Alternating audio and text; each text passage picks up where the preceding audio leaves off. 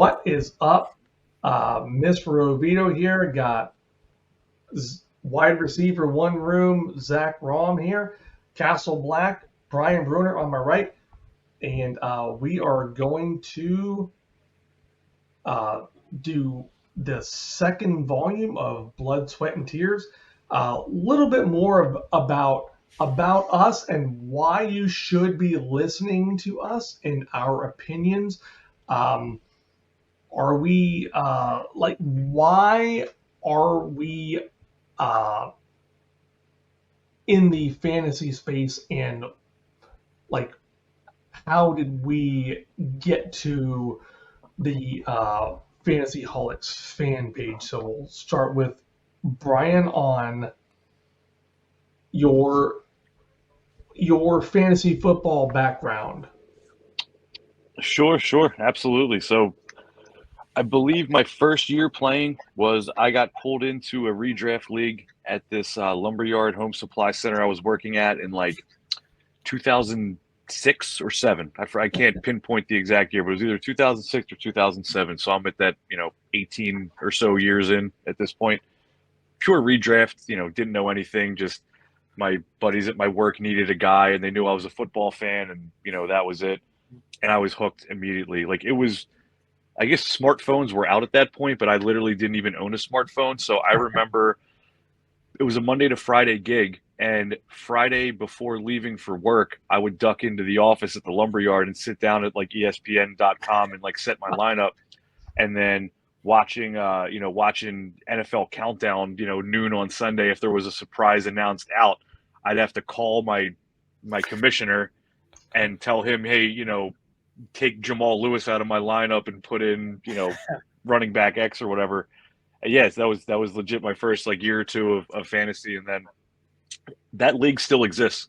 Me and almost the same group of core dudes have done an in-person draft every year, including COVID year. We social distance, but we were in the same basement doing our draft. And so that's how I got into it, and fell in love with Dynasty 5 or 6 years ago with the Fantasy Holics page.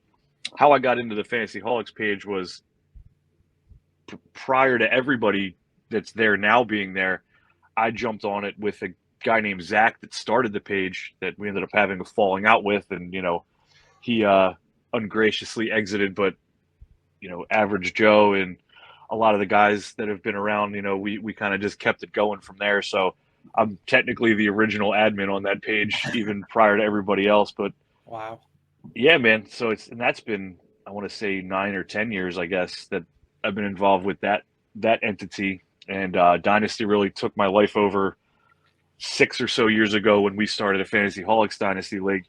And now I've gone wild, and I play in 60 or so leagues and put a lot of time and effort and money into it. And it's, it pays me back. I enjoy it so much. I make a profit every year so far. Maybe one year I won't, and I'll, really start regretting things. But I just love it.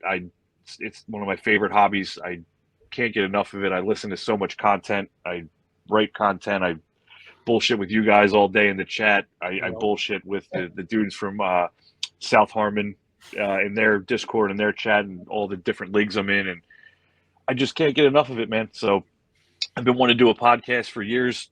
Finally got enough of a kick in the ass from you guys talking about it in the chat that, that here we are. So yeah, man, I like to say that there's plenty of people smarter than me and better at me than this, but I'll be damned to try to find me somebody that spends more fucking hours and listens to more content and plays in more leagues and puts more of their own money and time on the line than I do. And it's all educated guessing, and I'm as educated in this as anybody I've ever known. So I'm definitely wrong on the reg, like everybody, but I'm at least coming with a lot of data and real world practices when I give a take on somebody.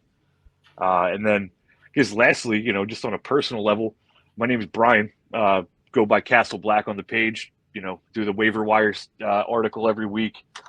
Some random funny memes here and there, but I'm from the Philadelphia area. I lived down right outside of Philly most of my life. I moved about an hour north, right outside of Allentown, about 6 years ago, and I still live up this way. I love playing the drums. That's me on the intro, Yes. being a mediocre drummer. I love fantasy football, obviously. I love fishing. I'm big into fishing. So those are probably my main hobbies. I'm a dad. I've got 2 adult kids. They're 20 and 23, so no changing diapers for me anymore.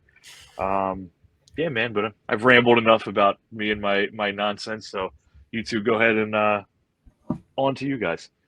Zach, on to you. Sounds good. So I first kind of started fantasy football back in a similar time, about 2006, maybe 2007. It was back when I was what was it? End of middle school, early high school for me. Hey, good boy. Yeah. Oh my goodness. Yeah. Back, I just turned 33 last weekend. So yeah, let's see. It was one of my best friends still today. He needed an extra person to play in fantasy football. I'm like, sure, I watch football, and I joined. And my greatest accomplishment in football today was a free league. I won it the first year playing fantasy football, and then afterwards we were talking about it. He's like, yeah, I tried to get this person on waivers, that person on waivers, this, and I'm like, what's waivers?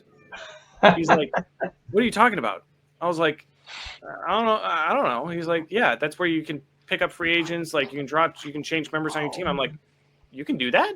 Oh, you can like add people. I won my first year with the team I drafted. Nice. Wow. Not a single change, nothing. I don't think I could ever repeat that. But I love that that's how I started my fantasy football career, and I've been playing in pretty much a fantasy league ever since. I started Dynasty about 4 years ago. It was Drake London, Breece Hall were rookies when I was in a couple startups, and that's when I really started diving into it. And after that year, I just went headlong into it. It's something that really took my attention, the ability to keep your players, to really build your team and not just restart every year, not just focus on 1 year at a time. Like being able to build something up is something that I absolutely love doing. And so that's where I have 1 or 2 redraft leagues still, just with some college buddies and such, but everything from here on out is dynasty leagues for me, just because of that aspect to it. And then this is my first year with the Fantasy Holics, actually. It's been only a couple months. How that really started, I have to tip my hat to a different one of the Fantasy Holic new members, Tier 1 quarterback. Is last year we started talking a ton from one of our leagues, and he was explaining, I have a quarterback model, trying to predict quarterbacks. And I'm like, that's really cool. Talk to me about it. And I started doing that for wide receivers. And I took the entire last year to really fine-tune my wide receiver model, dive into how it predicts the potential success of rookies coming into the NFL. And I'm really glad I didn't put it out last year, because I was missing a few key aspects. You know, my model last year was saying draft Jermaine Burton, Ricky Pearsall, and fade Ladd McConkey and Brian Thomas. Pearsall's good. Pearsall's good. I'll give you that. To be determined, but yeah, he has a lot of potential. But the takes of fading Ladd, fading Brian Thomas Jr. last year I'm glad I didn't share that publicly. But I realized there are a couple aspects to my model I was missing. Like my data was good, but the problem is how you read it. That was what I was realizing, is like, it's not just here it is, it's how do I understand it? So that's where I used the entire offseason to fine tune it. And come February, March, I started sharing what my rankings were, sharing player profiles, kind of sharing what it was. And that's where it caught the attention of a couple of Fantasy Holic members. And I kind of joined on from there, and I've absolutely loved it. I've dove head on. You can see my player profiles I've shared. I have it on my X account as well. I have more. I'll be sharing more, and I'm doing a lot of the clips and stuff for this podcast. I'm loving every minute of it. So I'm very, very happy to be here, and happy that this is kind of the next journey in my fantasy football career. Yeah, totally. Happy to have you, buddy. Yeah, definitely. Thanks, guys. Definitely glad to have you. So I guess I'm the oldest one here. I didn't expect to be the oldest one here, but I'm 63 years old, Pat. Come on. no, you're No, not. no. So I really did not watch football growing up. My parents were a baseball only Mets household. Both my parents are from New York. And then the strike happened, and I started playing street hockey. So I was a baseball and hockey only kid growing up.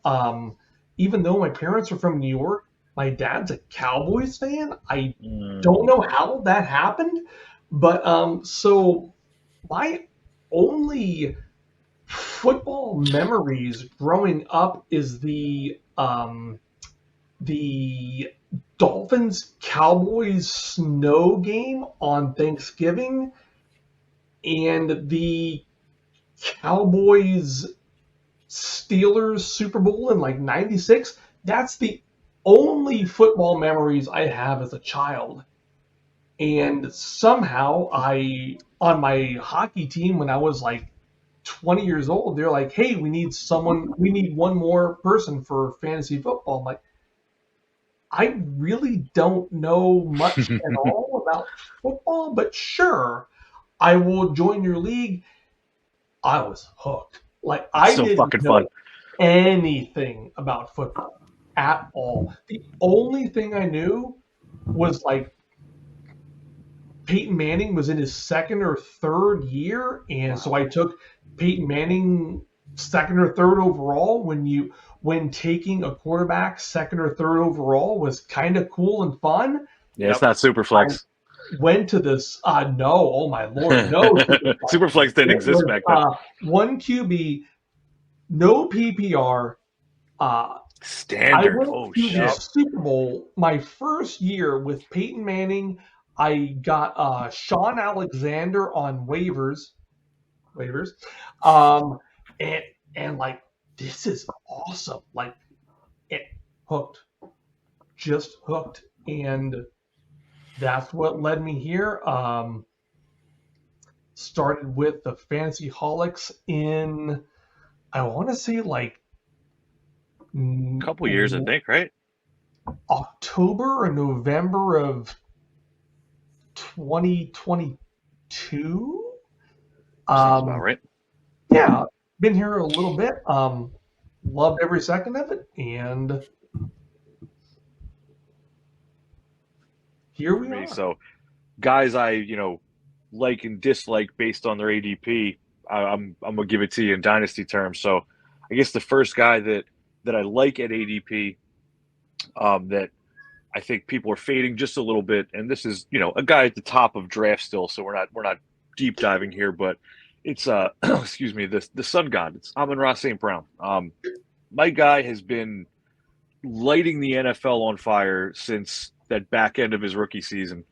He finished wide receiver 21 as a rookie, with basically not even playing until like the middle of the season almost. If you look at his game log, I mean, he just kind of came out of nowhere, nuclear, won some people titles. And people dogged him a little bit because of the low draft capital, and it was a fluke. And I think some guys got hurt, so he was kind of the only target, so he got faded. Yeah. And then after finishing his 21 as a rookie, he's proceeded to go wide receiver 7, 3, 3. Yeah. Dude's on a rock solid offense. Very, very little injury in his past. He's missed 1 or 2 games, I think. I mean, you can vet me on that, but he's pretty available. And wide receiver 7, 3, 3. He's 25, 26, I want to say, without pulling up his profile. Dude is awesome. And then the reason why I want to say that I like him is he's going kind of low for all those things I just mentioned. Looking in startup drafts, where's he at here? He is looking like 15th overall, wide receiver 5.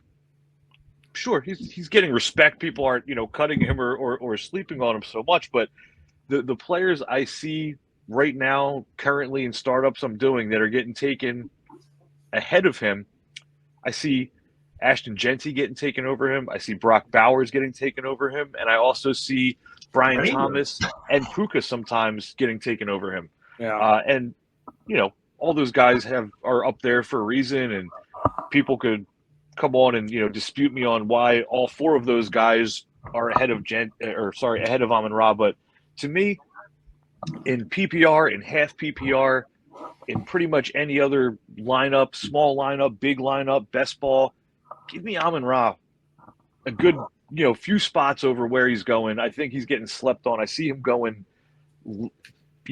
earlier to mid-second round is kind of become like his resting spot. Like a lot of people will go like Malik Neighbors, and then you can get Amon-Ra as your second.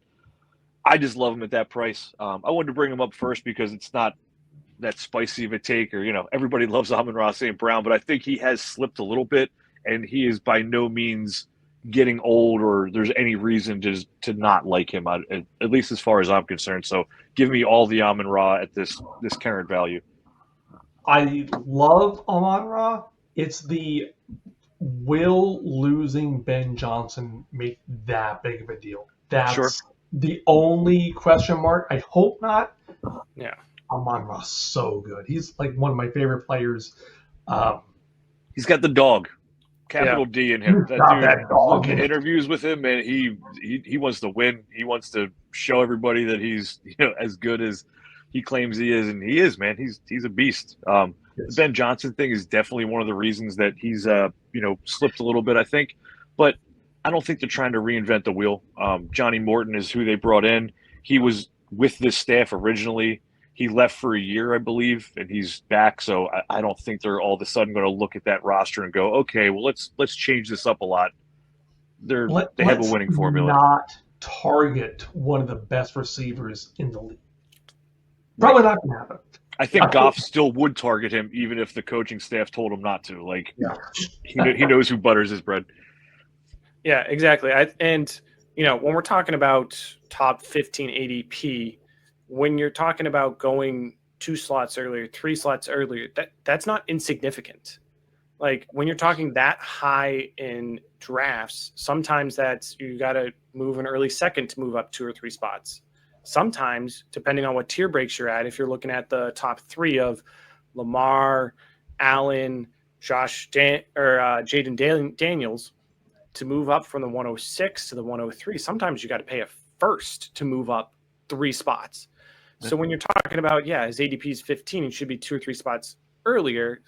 I want people to know that that's not insignificant. That's actually that's an early second difference in value, which does matter. Definitely. I'll do my first love, and I'll admit this is the tamest take. I think my other 3 are a little hot. But when looking at Dynasty Superflex, I was looking through and I wanted a quarterback. I was thinking, what quarterback am I looking at? What quarterback do I want on my roster? And this may be even hotter of a take than I'm thinking. I'm loving Bo Nix right now. Bo Nix, his ADP is 24 right now, end of the second round.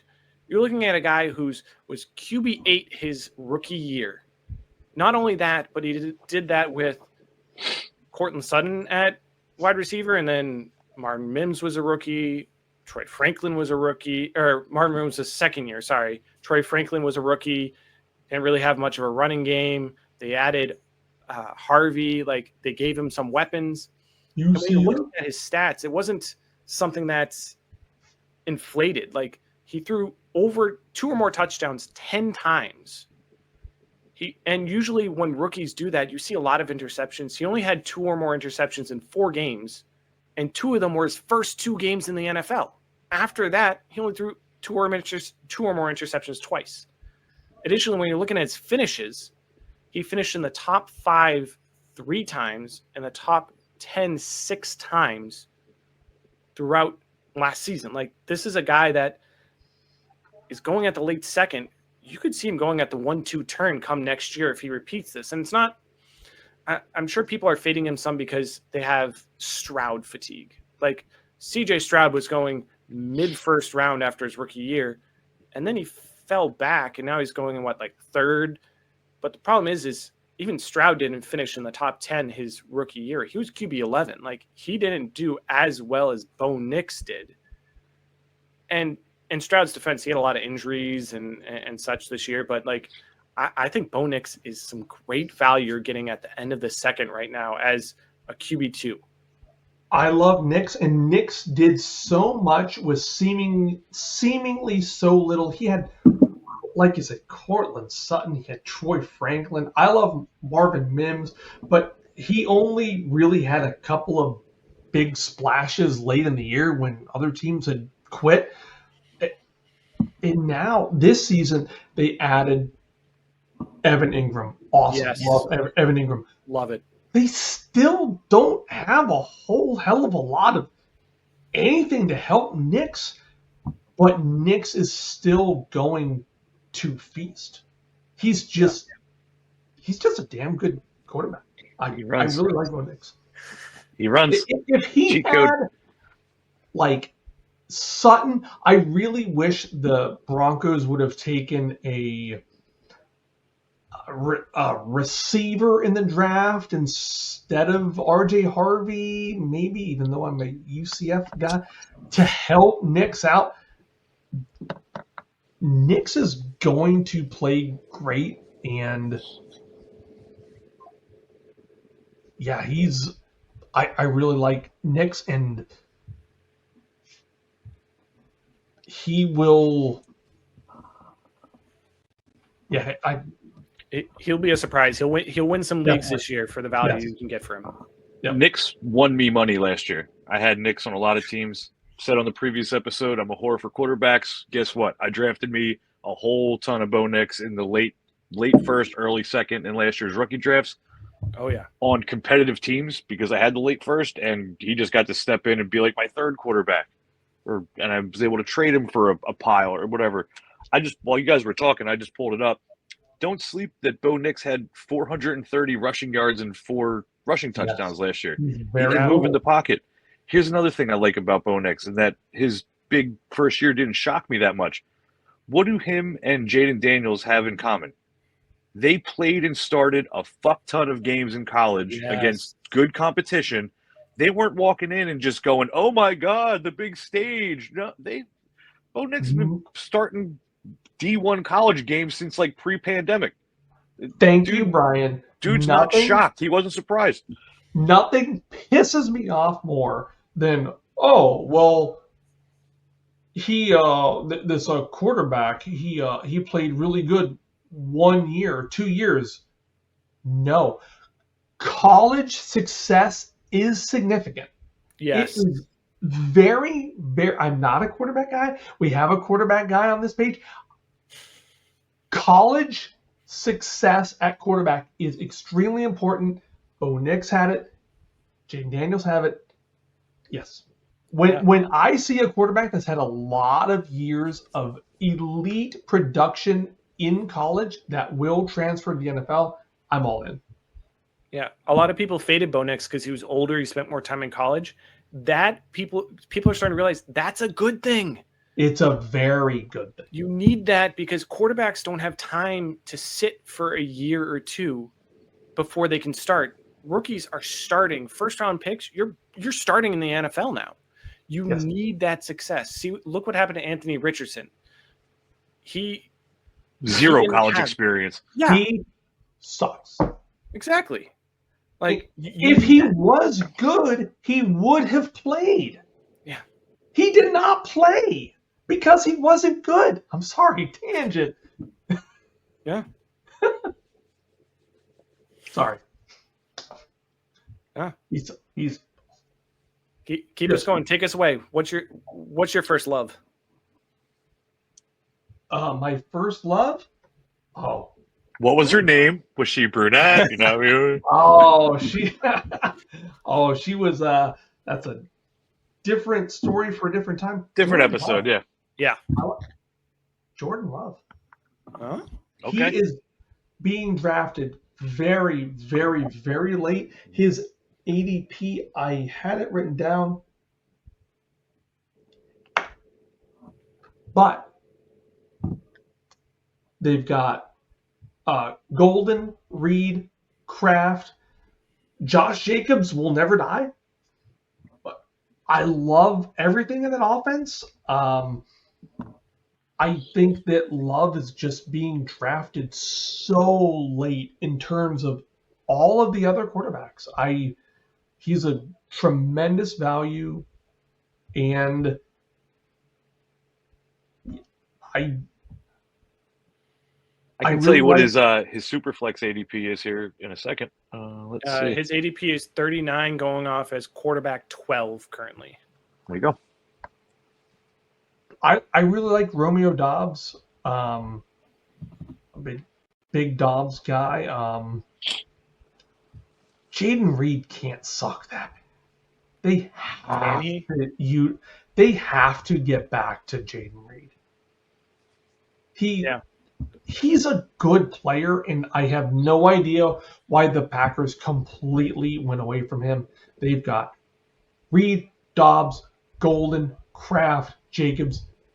I think Jordan Love is a tremendous value. Jaden Reed either shines or they didn't give him any touches. Yeah. So I don't understand what is going on there. Like that Brazil game, week 1 last year against my Eagles, he fucking torched us. He was like the wide receiver 1 on the week. Yeah. And then they're just like, okay, well maybe we just don't give him any touches for 3 weeks. Like I don't understand it. I don't get it. The Packers, the team that drafted him, that works with him all day, every day, all week long, doesn't give him touches? Why? Does he really suck and we don't know it? No, we've seen him not suck. He's had more than like one big play. He shines when they give him the ball. He's a good player. Put the damn ball in his hands. Right? I'm with you on Jordan Love though. 12's good value. He's clearly their future. He's as safe, set in his job as anybody. He's young enough, quarterback-wise, the way the quarterbacks to the age they play with. Love is a clean 10-year, easy, set-and-forget investment. So, yeah.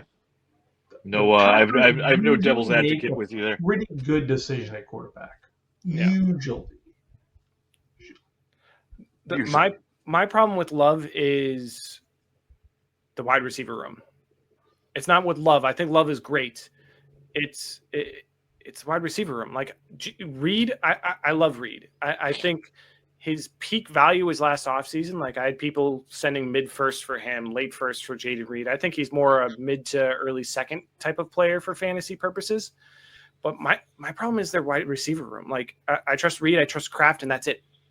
Like, I think Matthew Golden, is going to be the next Christian Watson, who is going to boom one game and then do nothing for 3 games, then boom one. Like, my problem with the wide receiver room for the Packers is that it's 90% of it is boomer bust wide receivers, which are either going to completely lose you the week because none of them are going to do well, and then all of a sudden they're going to do great. And I think it's the inconsistency there is where I struggle with properly putting a value on Jordan Love.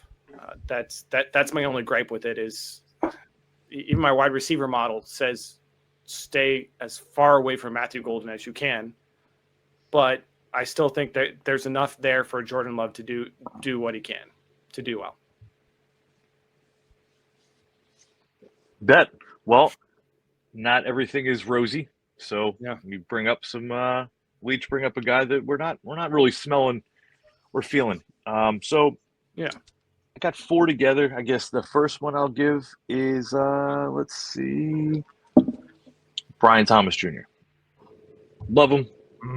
Overall, he had this smash rookie season that people have him way up on a pedestal. I just brought him up as somebody that I see get taken over Amon-Ra.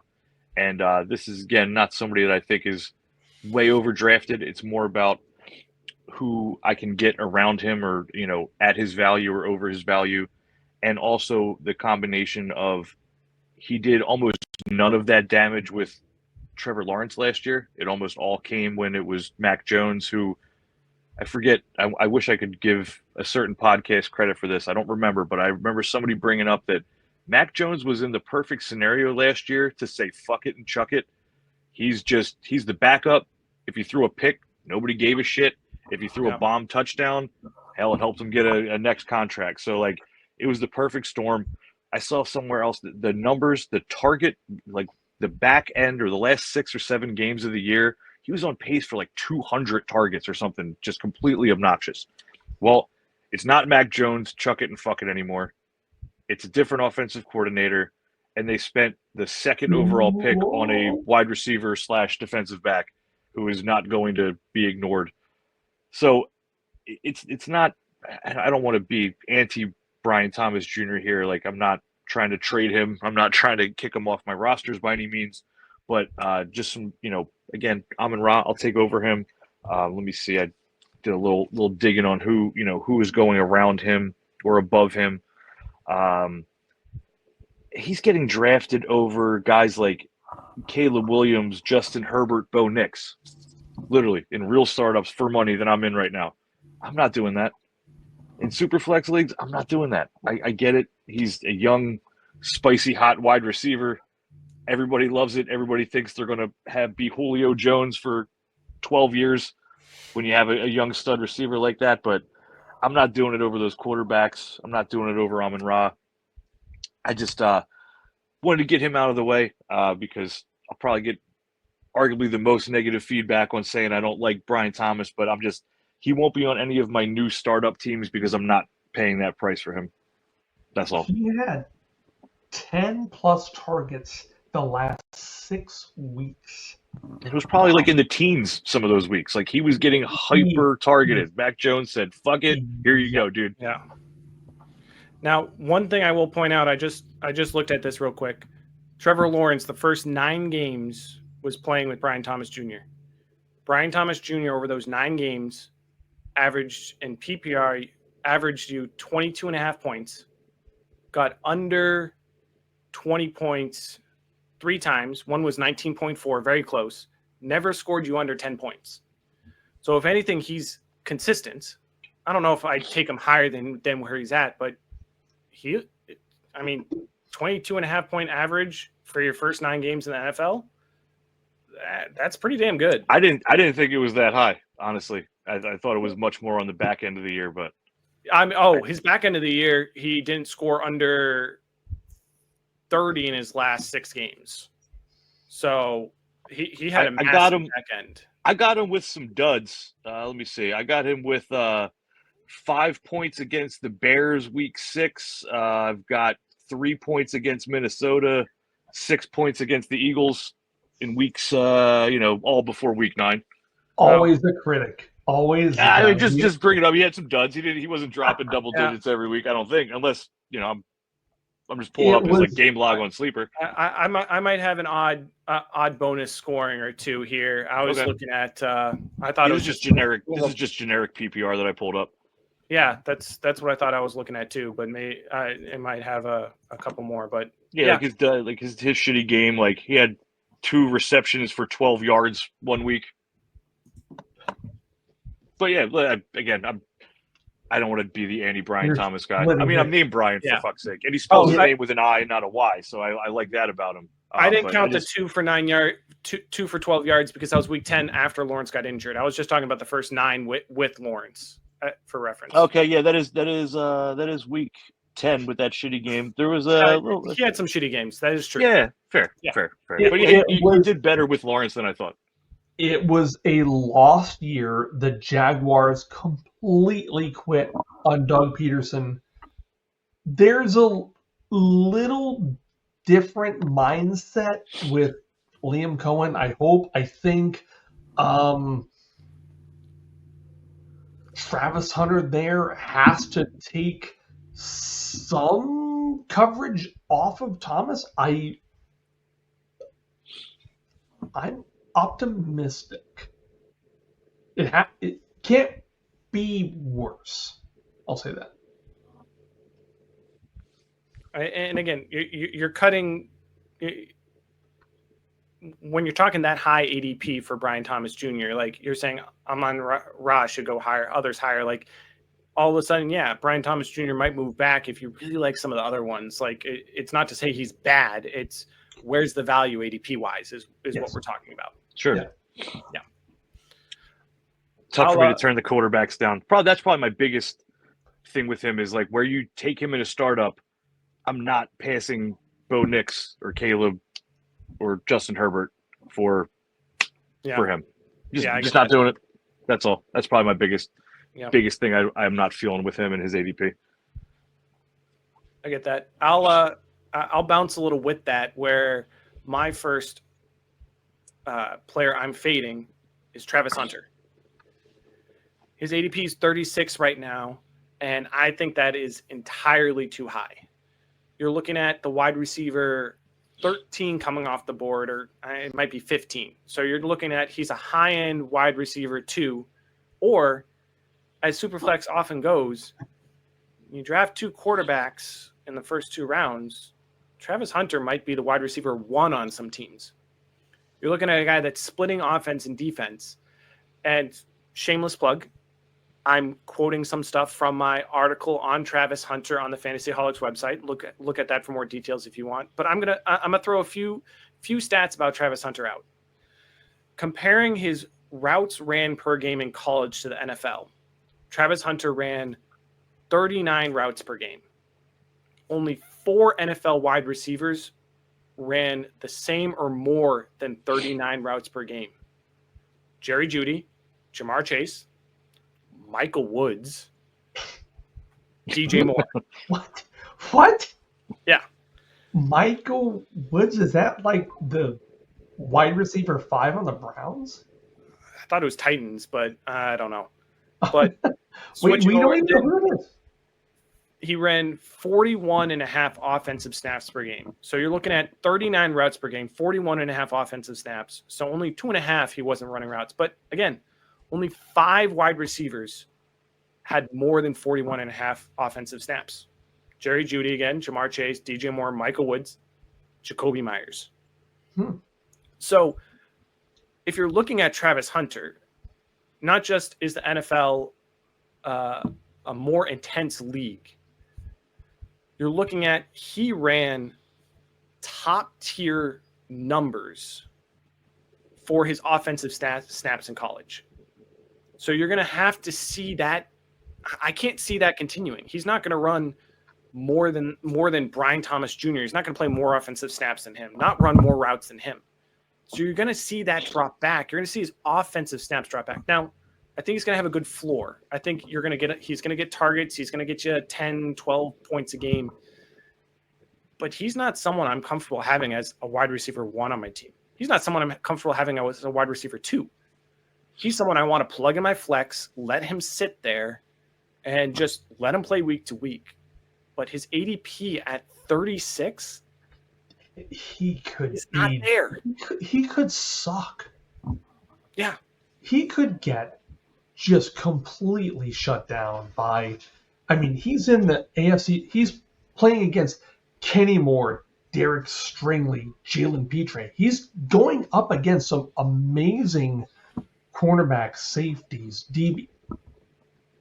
Hunter might just get completely shut down. I think Michael Woods was covering him for a game or 2. Or on the flip side, he could play be such a good cornerback. The Jaguars decide he's playing even less offensive snaps. And if you're not in an IDP league, if you're not getting defensive scoring, you're screwed. And a lot of people, I'm seeing so many people saying, take him at the 102 in rookie drafts, take him at the 103 in rookie drafts. I'm not touching him there. I'm not touching him at ADP 36. I'm not touching him earlier than the 105 in rookie drafts. Like, I think his hype is out of hand. Yeah. I bought in. I have a decent bit of Hunter, but every point you guys bring up is valid. Like it could end up torching my ass and he sucks or he's a good DB or I've mentioned this personally and a little bit on the show before, but I don't pretend to be a college scout, but a lot of the people I trust and listen to said that he's fucking legit as a wide receiver, that they saw him do shit on the field that other wide receivers can't do, that he just has like physical gifts that other people don't, including not getting tired in the thin Colorado air. Yeah. So in a thinner wide receiver class, I definitely invested pretty heavy in Hunter, but I think his hype is out of control. Like it just keeps getting higher and higher. So Yeah. He's probably got a pick 6 or 2 from Anthony Richardson and Daniel Jones. Yeah. Coming soon, unfortunately. I mean, don't get me wrong. He's my wide receiver 3 of the class. He scored well in my wide receiver model, but he scored well having a high floor, not a high ceiling. And people are drafting him as if he's going to have that Brian Thomas Jr. ceiling or Amon-Ra ceiling. Like, no. He'll score you 10, 12, 14 points a game. Like that. That's my expectation, but not wide receiver 1, wide receiver 2 numbers that you really want. yeah, he's up there. Puka Nacua is going 15th overall. I think that's way too high. Okay. I All right. love the talent. He's a really good player, but he was hurt a lot in college. He doesn't have draft capital. Davante Adams looks completely rejuvenated. Davante Adams played really, really well last year. Davante Adams is like on a mission to get a ring, to get a Super Bowl appearance or ring. Is Matthew Stafford going to be able to support 2 receivers? I think a ADP of 15 for Puka Nacua is way too high. Oh my goodness. Way too high. 15. It's up there. What is that wide receiver? It's like 5, 6, probably 6, right behind Amon-Ra, I think, or right in the same area.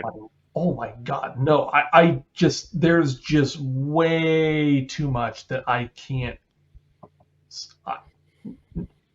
like the player I can't do that. 15. Holy cow. Yeah. Puka is someone I have a hard time getting behind. Like, I want to love him, but also like, yes, I can't trade for him, but also like I look at him and even in, he played 11 games last season.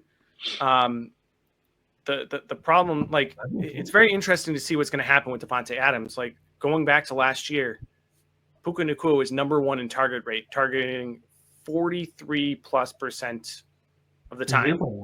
He had a target share 29.9%, which was 4th. He had the most yards per route run in the NFL with 4.07. Like, he had some great stats to him. He was even 12th in yards after the catch, only playing 11 games. But again, he didn't have a high route percentage. He didn't have a high, like, he only ran a route less than 65% of the time. So, like, what's happening? Do the Rams like him? Do they not? Are they preserving him from injury?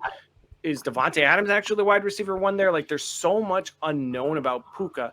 I have such a hard time paying for him and drafting him at that spot. I can't do it. Puka Nacua was wide receiver 28 last year. Overall. 8 points per game, he was way higher. 15th overall. No, can't do it. So I'm not even a huge Puka guy, but I'll do some generic devil's advocate stuff here. Do it. You know that rookie season that Malik Neighbors just had, right? We fucking love Malik Neighbors. Let's fucking buy his jersey and draft him 6 overall in Superflex drafts. Puka had a better rookie season than Malik Neighbors. It wasn't ancient history either. That wasn't 7 years ago. It was 2 years ago. 2 years ago. Puka had, 6 touchdowns.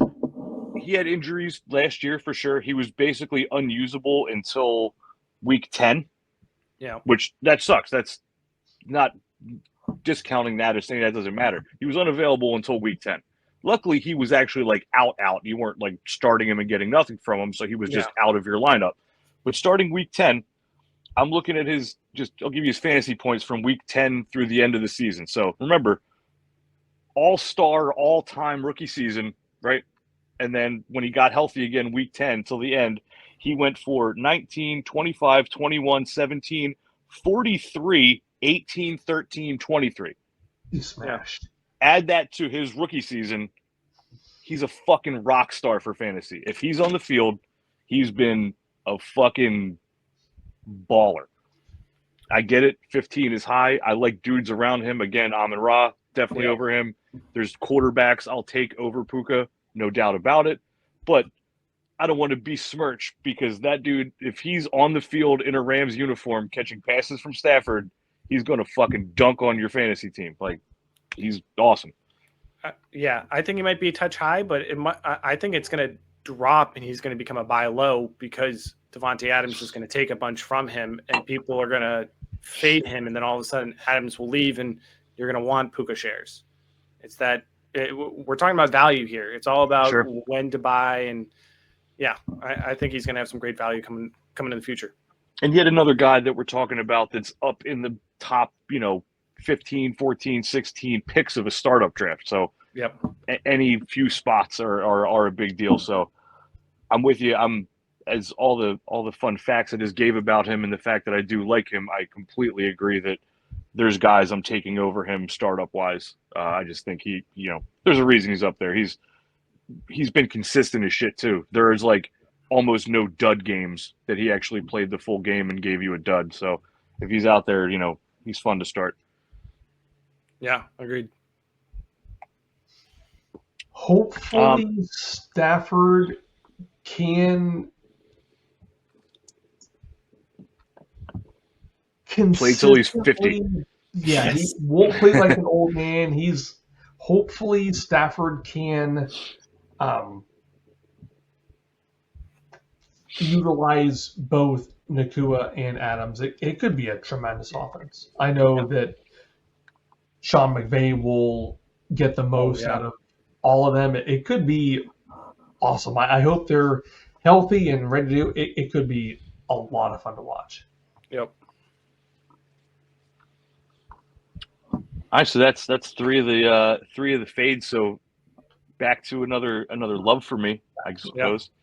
Go with my little hometown favorite, AJ Brown.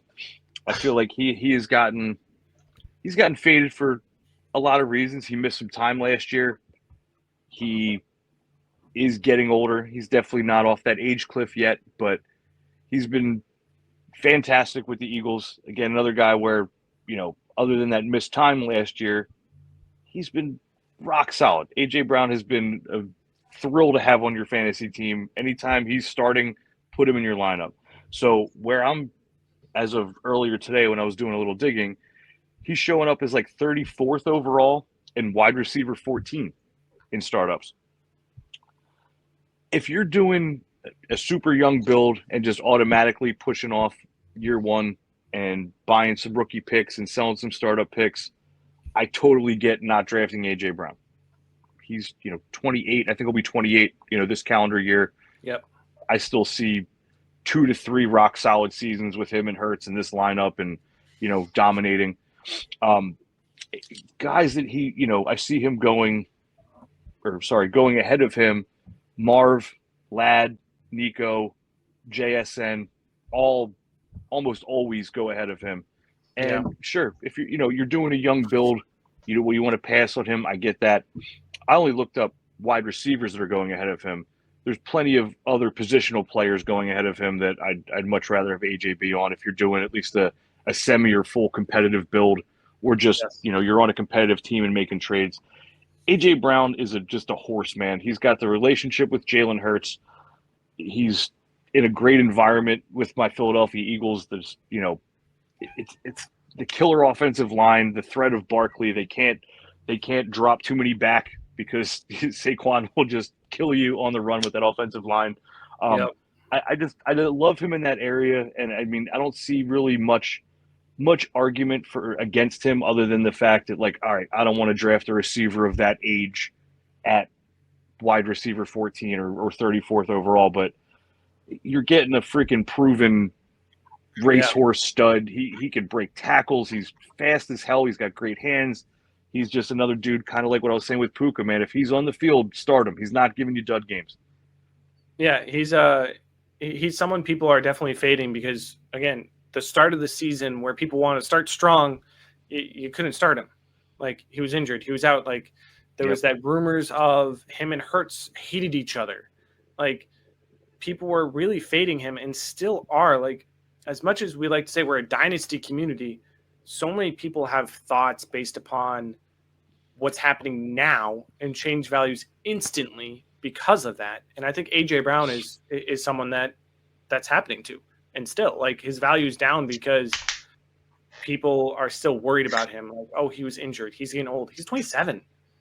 Yeah, he's got 2-3 good years left at least. Like, you got Devontae Adams going into his 30. Mike Evans. Like, who's to say AJ Brown can't still do that? I think Adams and Evans are both 32 this year, or turning 32 this year. Neither of them look bad. So you tell me you can get 4 or 5 more peak years out of AJ Brown? I can get him as wide receiver 14. Huge. That's probably my biggest heart of my little list here. Love getting him with the stack. You can do a startup where you get Jalen Hurts 5-6, and then you can pull AJ Brown in the 3rd round for your stack. Oh, yeah. I've done it multiple times. All day. Love it. Sweet. I'll move on to my second love, and this is going to be a very controversial one that I am ready to fight for. Breece Hall at ADP 35. Ooh. I'm going to bring up a couple interesting stats all right. of Breece Hall that I think are going in his favor. No. Last year, the Jets were 32nd in run attempts. Anytime they got behind, anytime they needed goal line attempts, it was Aaron Rodgers. They were putting all their eggs in the Aaron Rodgers basket. That's not going to be the case this year. We're looking at yards created, so yards after someone evades the first tackle. Breece Hall was 10th, amassing over 1,000 yards. So he was 32nd in run attempts. Their team was 32nd, but he still was top 10, creating 1,000 yards after making someone miss. He was 29th in red zone touches. So again, with Aaron Rodgers being gone, when you have Aaron Rodgers, Devontae Adams, Garrett Wilson, you're going to pass in the red zone. Now Breece Hall is going to get some more chances. Not to even mention the Jets took an offensive lineman with a top 10 pick. Then my final point. I want to look at everyone for the sake of this. Rushing quarterbacks are good for running backs. They aren't bad. I'll say it for those in the back. Rushing quarterbacks are good for running backs. What we see is, for the sake of argument, when you have Justin Fields there, you're playing a shovel option. When you have Justin Fields running, that can cause a linebacker to freeze and then pass it to Breece Hall, who's great at making someone miss and then getting more yards. That's better than Aaron Rodgers, who can't move, that linebacker who is frozen by Justin Fields can just follow Breece Hall. A lot of people are worried that rushing quarterbacks take away attempts, take away yards from the running backs. But in reality, they create more opportunities for running backs to do amazing things. I know this is a very hot take. People are fading Breece Hall. I know some people saying if someone will offer you a first for Breece Hall, take that right now. I think he's going to surprise people this year.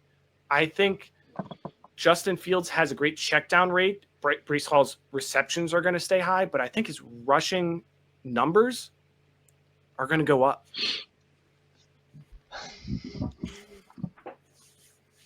Pat, by all means, you get it first. I was kind of going to give some pro Breece Hall stuff, so go ahead. Tell us why you don't want to. I like your stats and your facts and your very well thought out. It's a lot better than me than just like, Breece Hall, he sucks. I don't like his face. He only motherfucker. I don't like Breece Hall. He only had over 80 yards rushing twice last year. He kind of struggled off the knee injury. He missed a game randomly after a bye week. The Jets suck. The Jets, I mean, the Jets. They drafted Braylon Allen and Isaiah Davis for a reason.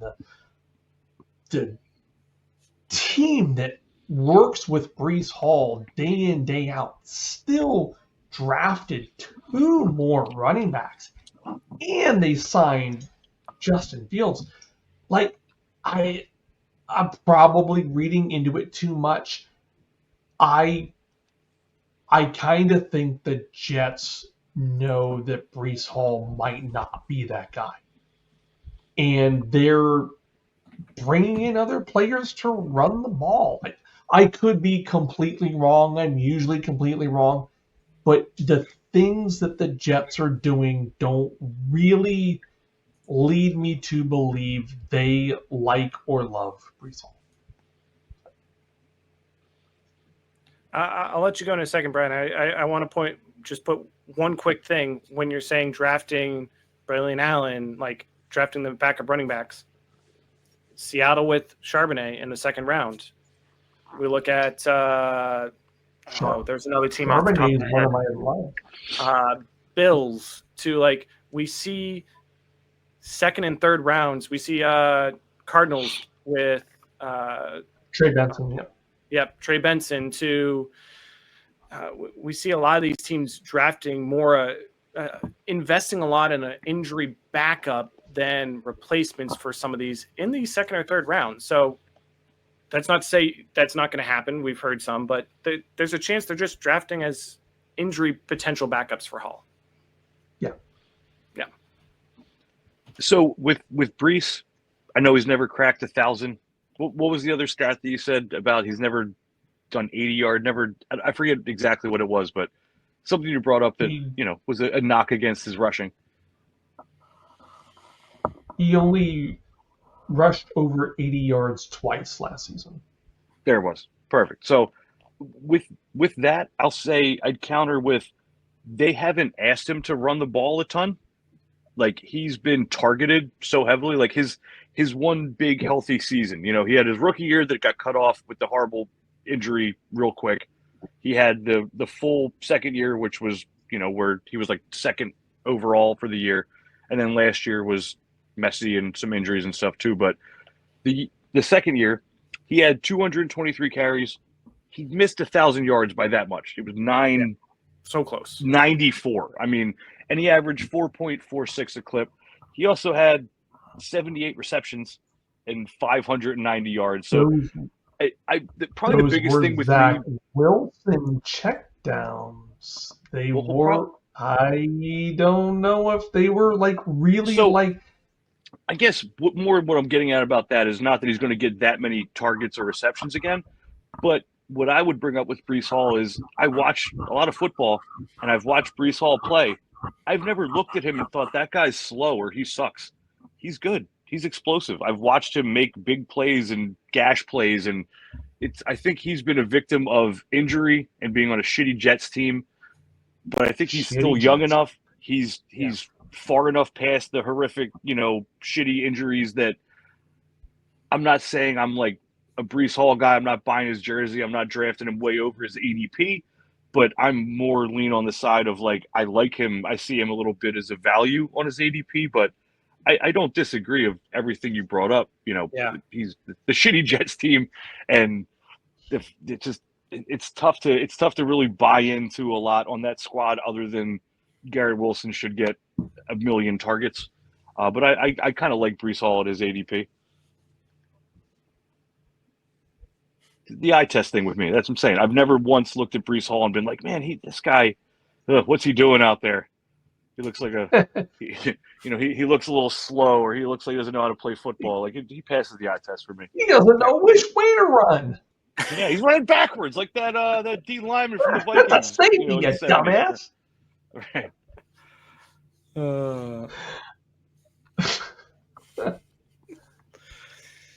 So I guess that's your next love, Pat? Yeah, you're right. Yeah. My next love? Yeah. Zach Charbonet. Because Kenneth Walker, I really, really like Kenneth Walker, but the dude just, he cannot make it through a total game without getting hurt. Kenneth Walker's best season is like running back 16, and every game, every opportunity that Charbonnet has had to be the lead back, he's feasted. And it's a great offense. I think skill-wise, Charbonnet might be better than Kenneth Walker. Hot take. Yeah, Walker. People loved him in college. Walker does seem to be injured a lot. Charbonnet was a second-round pick. And if, like, the team that just took Kenneth Walker spends a second on Zach Charbonnet, that's a pretty damning indictment. Like, that quickly to draft a replacement to take Charbonnet. I really like Charbonnet if Walker is to miss extended time, which he probably will because he has historically. He's I just pulled up keep trade cut values. Charbonnet's RB26 on there right now. And then as far as like dynasty startup value, Charbonnet is the overall 119th off the board. And RB26. Charbonnet was running back 25 last year. That's limited work. Yeah. His ADP on Sleepers 119. If you're getting running back 25, that's a smash. Yeah, that's a smash. Walker will miss games this year. Kenneth Walker will miss games, and Charbonnet scouting guys loved him. Yes. There was just so much. Everybody just their hearts just sunk to their nutsack when the Seahawks picked him. It was like there was so many better spots, so many places for him to get more opportunity. But you're saying, he's behind a guy that gets hurt, and so the Cowboys. Charbonnet would have been. I can't remember off the top of my head, but I know the Cowboys needed a running back. If Charbonnet went to Dallas, he'd be like RB1. He would be a beast in Dallas if he had that whole backfield to himself. If I'm doing a startup build where I'm drafting more quarterbacks and receivers and not pushing in for year one, Charbonnet is the big, huge target for me at running back. Like I want him on those type of teams because there is a scenario where by week 5 this year, or at worst week 1 next year, he is the bell cow rock star 25-year-old running back for the Seahawks. So great call. Yes. We've all been kind of hovering up near the top of ADP for our loves and hates. So that's a good one to bring up, man. If anybody doesn't like Charbonnet at his current price or ADP, you're not paying attention. Yeah, I mean, you got new coaching staff there, so that didn't draft Walker, so there's a chance that they didn't draft Charbonnet either, but there's a chance it's more open, it's more even playing field. Like I would even say, like with how ADP is, get both. Like that way you have a running back 2 floor every single week, whether Walker's injured or not. Like get both. Like that's one of the backfields. If I got one, I'm doing my best to get the other. Like just lock it up. Yeah, exactly. Yeah. All right. Well, back to the dark side, I guess then, right? Yeah, back to the dark side. All right. Well, bring up the one that everybody knew I was going to bring up as soon as we talked about this. It's fucking Brock Bowers, man. It's tight ends, and I know Brock Bowers just had such a massive season, right? So that's probably the biggest pushback. He's young. He shined. He had an early breakout age in college, kicked ass at Georgia. He stepped in and had this remarkable rookie season, which he did. But here's my couple things against him. One, it's his fucking ADP.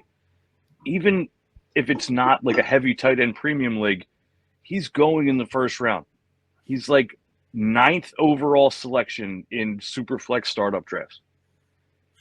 Let me pull up my little yellow legal sheet notes on him here.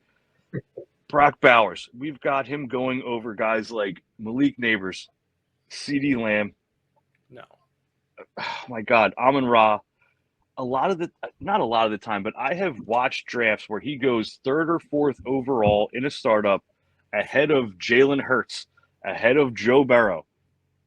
Let's just stop, okay? He's, again, great rookie year. I get it. We all love the recency. What did they do? They brought in a rookie second-round receiver, brought in a different coaching regime. Pete Carroll loves running the ball. What else did they do in the draft? They drafted this guy, Ginty, I think it's pronounced. They're going to run the fucking ball more than they did last year when who was the running back last year?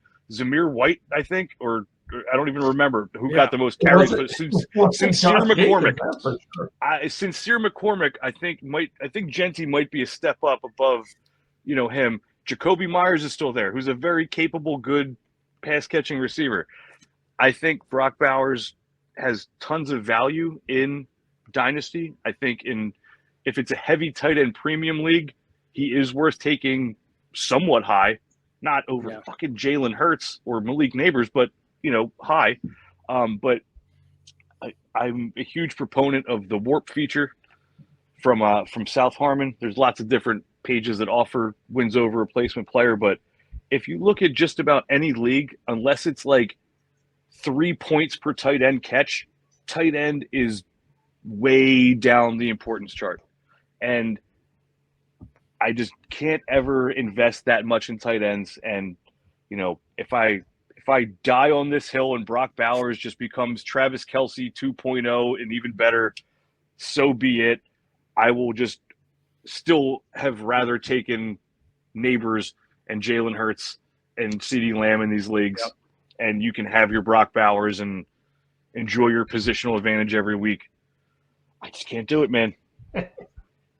I completely agree. I think I would never draft a tight end in the first round or probably the second round of a startup unless, again, it's massive tight end premium. Like I have a league where tight ends get 3 points per reception. Like, that's where I'm starting to take it, assuming other scoring bonuses don't increase it as well. But other than that, tight end, like I'm okay waiting till the later rounds, getting myself a Kittle, a Kelce, and then getting a young rookie that will develop and hopefully get in there. Like I'm fine doing that to get, again, that Neighbors, Amon-Ra, like give me some of those guys instead.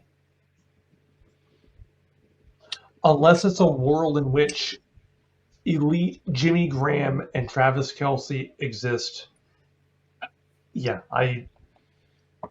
Tight end is nice, but it's like Boardwalk and Park Place. You don't have to splurge on them, and it's a splurge, but it's not the best way to win your league. Tight end has gotten, deep is a weird way to put it, but tight end has gotten deeper in recent years. And I look at it like this. You can have your top guys, your Kittle, Bowers, McBride, just for the 3 last year that really stood out above the rest of the group, right? And then you have tight end for, the next guy, Hawkinson, however you want to look at it. They might get you 9 points a week, 10 points a week. Hopefully, maybe they catch a touchdown and you got 14. But you can go all the way down to tight end 18, 19. And those guys are just as likely to get you 7, 8, 9, 10 points. So I'm a huge proponent of just punting the shit out of that position. Yep. I have so many fucking teams, best ball teams especially. Oh my God, if it's a best ball league, I will take my tight ends in the 20s. I will have a roster where my tight end room is Hunter Henry, Puka Nacua, and Zach Ertz. And one of those motherfuckers get me 10 or 11 or 15 even. And the guy that wasted top picks on Brock Bowers is like, damn, I could have just drafted Puka Nacua and Hunter Henry. Chig. Dude. Chig. And Chig has a solid rookie quarterback coming in with some promise. Yeah. Calvin Ridley's his only target competition. I could have put Puka Nacua on my little love list, but we'll save that for a deep dive episode. But yeah, man, fuck tight end. If it's a lineup league, I will reach. Reach is the wrong way to put it, but in a lineup league, I'll at least get myself like a Tucker Kraft, or I might even spend up a little bit on like a Hawkinson or something like that. But first, second round, third round, no fucking thanks. Yeah. And I'm going to jump on that because my next fade is Sam Laporta. Like, he's being drafted at ADP 40. And here, again, I'm a stats guy. I love looking at that. That to me kind of cuts through to the center of a player where you can kind of tell more about the potential success of a player or if they're on a downtrodden, just a little about it. And here's some interesting stats for Laporta. He was 7th in air yard share last year, 3rd in deep targets, 5th in red zone targets.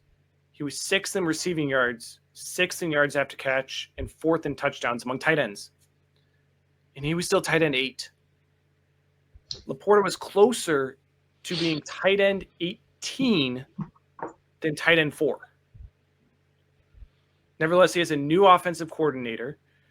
Like, if you look at the Lions last year, you had 4 players you could start consistently each week. You could start, obviously, Goff. You could start Montgomery when he was healthy. You could start Gibbs, Jamison Williams, Amon-Ra St. Brown. Like, Laporta only really succeeded when Jamison Williams was injured or out or not doing as well. Like, now you throw in a new offensive coordinator.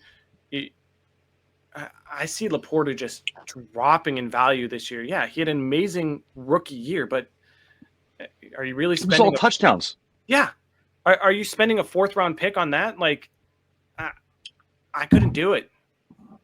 I'm pulling up his game log right now too because last year coming off the big rookie year, he had he was hyped up and people were like, "Oh my god, you got to get him." Overall number 1 tight end for Dynasty.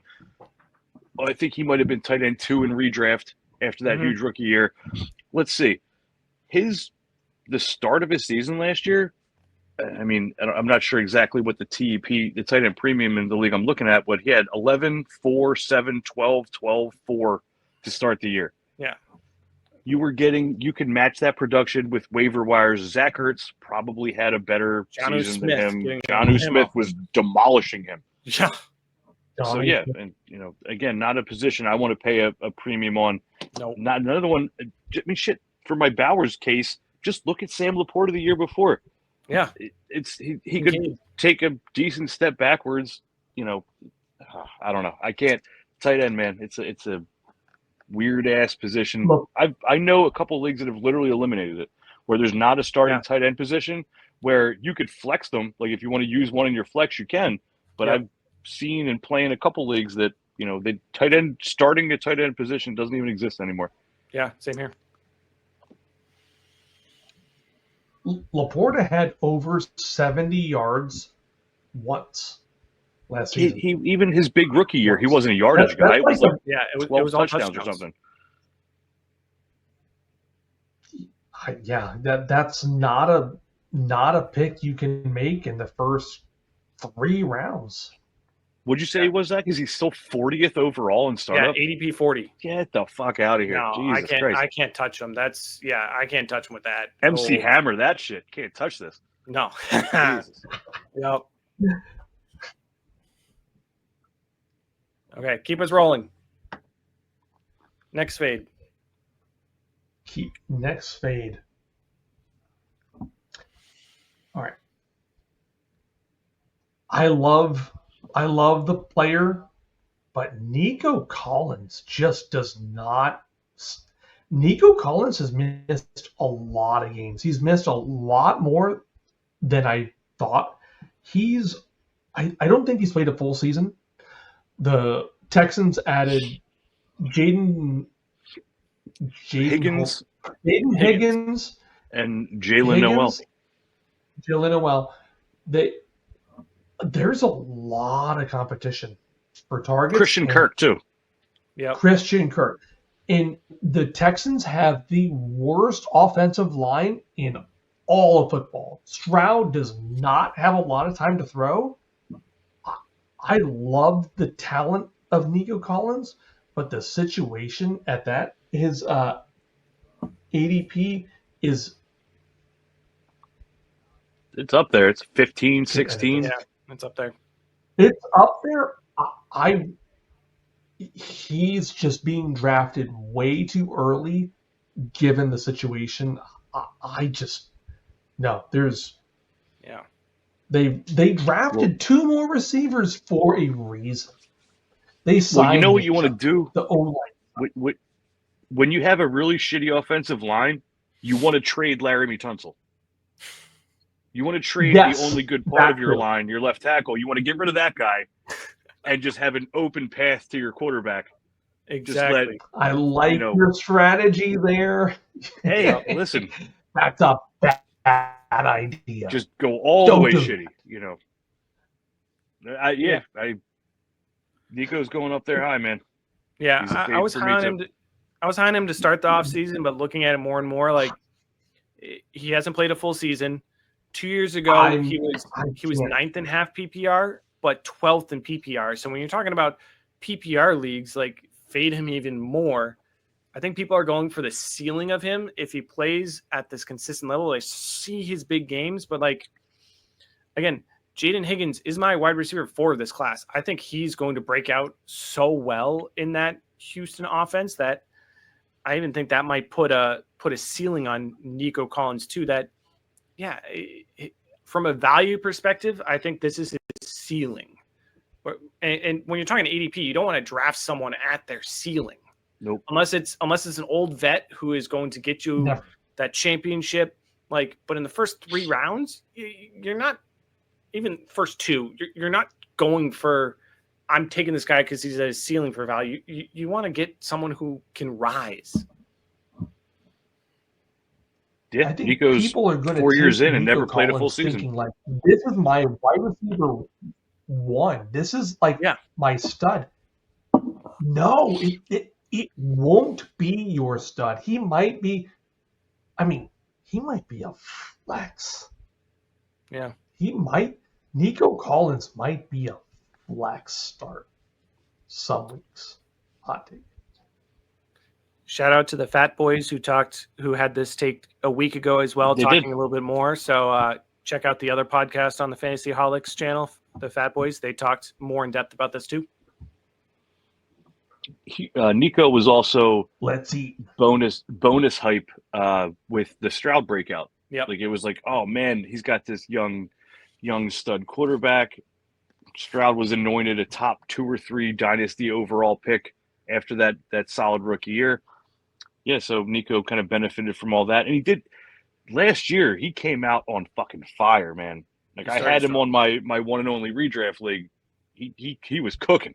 I wish I could have traded him for something before he got, he ended up missing 3 or 4 games and came back and he wasn't as good as the beginning, but he came out on fire. And then it was all still like all the hype going back to, oh man, look, CJ Stroud, he's going to gas this guy up. And Nico's, top receiver, one of the top receivers in football. Yeah, he's a fade for me at that ADP too. He's right there with like Amon-Ra and BTJ. Believer. That O-line is just awful. Yep. Awful. So where are we at on the next fade or love? I've lost track a little bit. Yeah, are we back to loves? We're on to love, and I'll take this one. I want to talk about someone who's injury prone too, but I am loving the ADP for in a similar vein that's going 2 rounds behind Nico Collins, scoring similar points, similar injuries, better situation. At ADP 44, my third love is T. Higgins. And I know some people are fading him. I know people are he's injured. He missed 5 games the last 2 seasons. Here's a couple of interesting things for you. In 12 games last season, he had more top 5 finishes than Ladd McConkey, Drake London, Nico Collins, and CeeDee Lamb. And he had more top 10 finishes than Puka Nacua and JSN. You're looking at a guy who averaged 18.5 points per game in 12 games. If you make that over the entire season, that puts him at wide receiver 4 on the season. Or if you look at projections this next year, that puts him at wide receiver 2.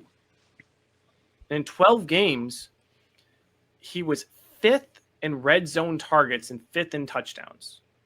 Now, I know touchdowns isn't a stat you don't want to rely on, but in 12 games, having the 5th most touchdowns and 5th most red zone targets, that's consistency. This is a guy that, yeah, he missed 5 games, but he averaged 18 points and was available in the playoffs the last 2 seasons. If you can tell me I can start a guy and he's going to average me, actually, I think in the playoffs he averaged over 20 points. If you're going to tell me, okay, you're not going to have him week 6 to 10 in the playoffs, but this guy is going to average you 20 points, sign me up. Like him going in the late 4th round of startups, like give me him as my wide receiver 2. In some where I'm getting strong running backs and quarterbacks, give him as my wide receiver 1. Like we're talking about winning here, and he's someone that has been available when you need him in the playoffs and is putting up so many points in that high-flying Bengals offense. I just pulled up the game log from last year. If you want to talk about T. Higgins, he was fucking nuclear. I traded for him for the playoff run in a couple leagues, and I won all those leagues. So let's check it out. Week 14, he didn't really do anything. So yeah, if you started week 14 in the playoffs, you shouldn't though. Playoffs should be week 15, 16, 17, right? Yeah, so starting week 15, he got you 20 on the dot. Week 16, 19.9, so almost exact production from the week before. Great. You'll take 20 from one of your receiver spots every week. If you made it to the championship, he got you a 40. He dropped you a 40 burger in week 17 for your fantasy championship. Yeah. He's been awesome. He's another guy similar to we talked about with Puka and AJB. If he's playing and he's starting, put him in your lineup and enjoy the results. The only thing with T is I feel like he's got a little bit of that Jalen Waddle syndrome in him where like there's a lot of games where he's healthy and starts and then comes out after like 2 or 3 plays where he just kills you because you started a 0. But most of the time, this dude is locked into your lineup. He's a safe set it and forget it. If he's healthy most of the time going into the week, so you're not worried about getting that 0. T. Higgins is fucking awesome. And Joe Burrow has come out and said that's his best friend. They got drafted into the league together. They love each other. He like fought to make sure they got him that big contract. He just got the big contract. He's got Jamar fucking Chase on the other side. He'll never get double covered.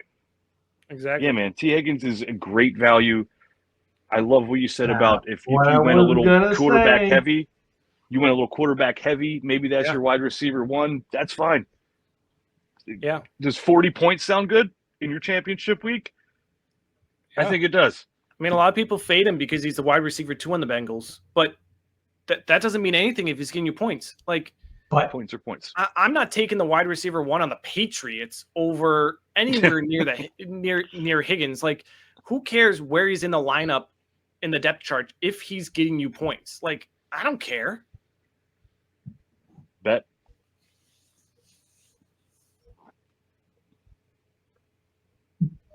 The other defenders are worrying about Jamar Chase. T. Higgins has played 5 seasons and has had over 100 targets in 4 of the 5 seasons. Higgins gets hyper targeted. He gets peppered because another thing, the Bengals defense sucks, and the AFC North has a lot of high scoring games. It's like a cold, gritty in the trenches defense, but also the Bengals score a lot of. They have to score a lot of points. They have no choice. And T. Higgins is the beneficiary of the garbage time. T. Higgins. Yep. I just saw a highlight where Joe Burrow and T. Higgins put their beds on top of each other as bunk beds, so they have more room for activities. To practice in routes in their bedroom. Did we just become best friends? They did like 5 years ago when they came into the league. I love We it. did. Johnny Taylor, I guess, would be the next love that I would bring up. Love me some Johnny Taylor. Dude, it's fucking he's awesome. He's always been rock solid. He's had 2 injury-riddled seasons after having a great rookie season and then a running back 1 overall season. He missed, I think he only played like 10 or 11 games year 3 and year 4. He has never been a problem with yards per carry or getting in the end zone. Even those 2 seasons where they were a little bit injury-riddled, he still had a great touchdown percentage. Where he's going in startup drafts, let's see, who do I dislike that's going over him? Let's see. Johnny Taylor is getting drafted behind Amari and Hampton, who we haven't seen shit from. Bucky Irving, who had 1 big flash season but has shit draft capital. Breece Hall.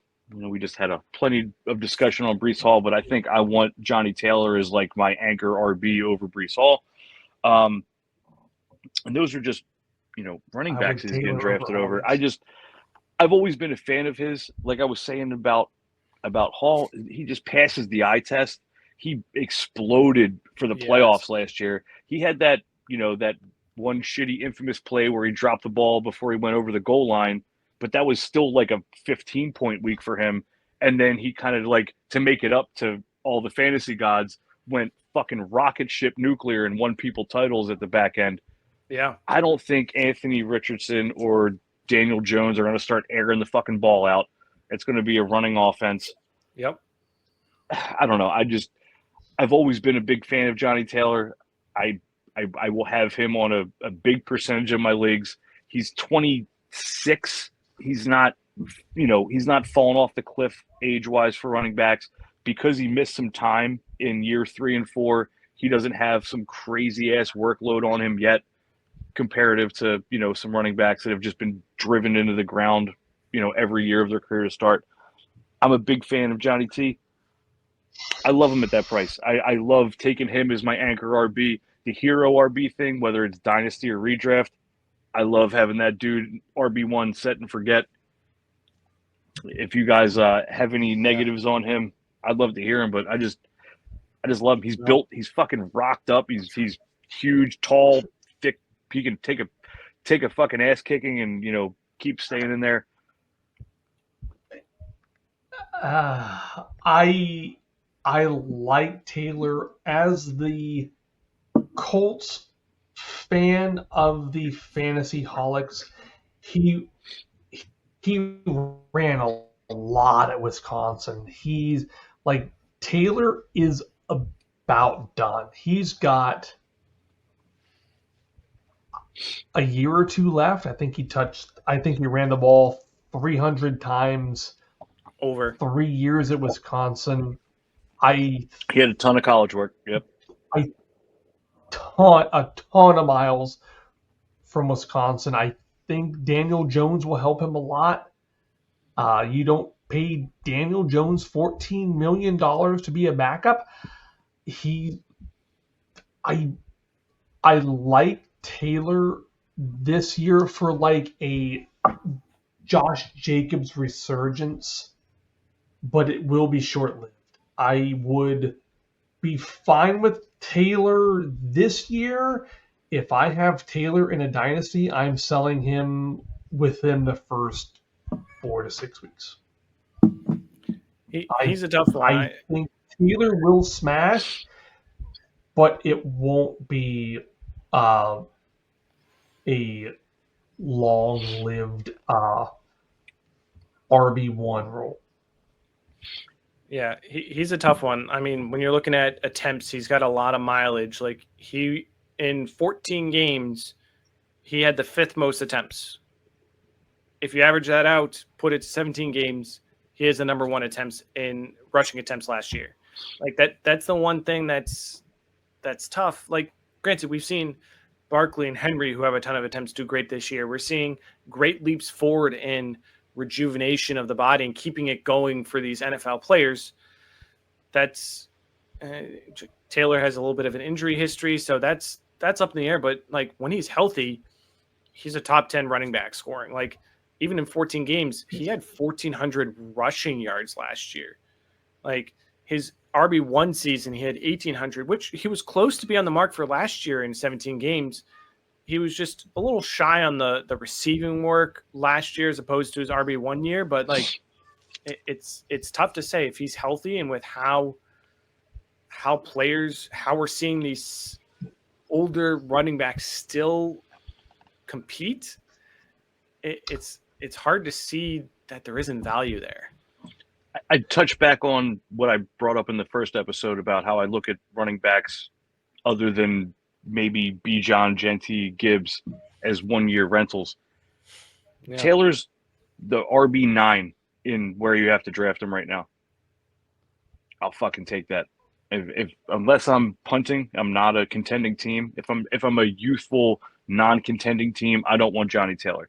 If I have any shot at the playoffs or I want to make a little noise in the playoffs, I will take him at that RB9 price tag over the guys around him. I've just seen him do it over and over again, unless he's hurt. Yeah, I'm not expecting to get 5 more years out of him or 3 even, but back to my strategy, man. I look at him in not even a year window. I look at him in what can I do with them right now? Am I competing? If I'm competing or trying to compete, give me John Taylor, 100%. Yep. And we don't know his receiving work. I mean, they had Naheem Hines for a little bit.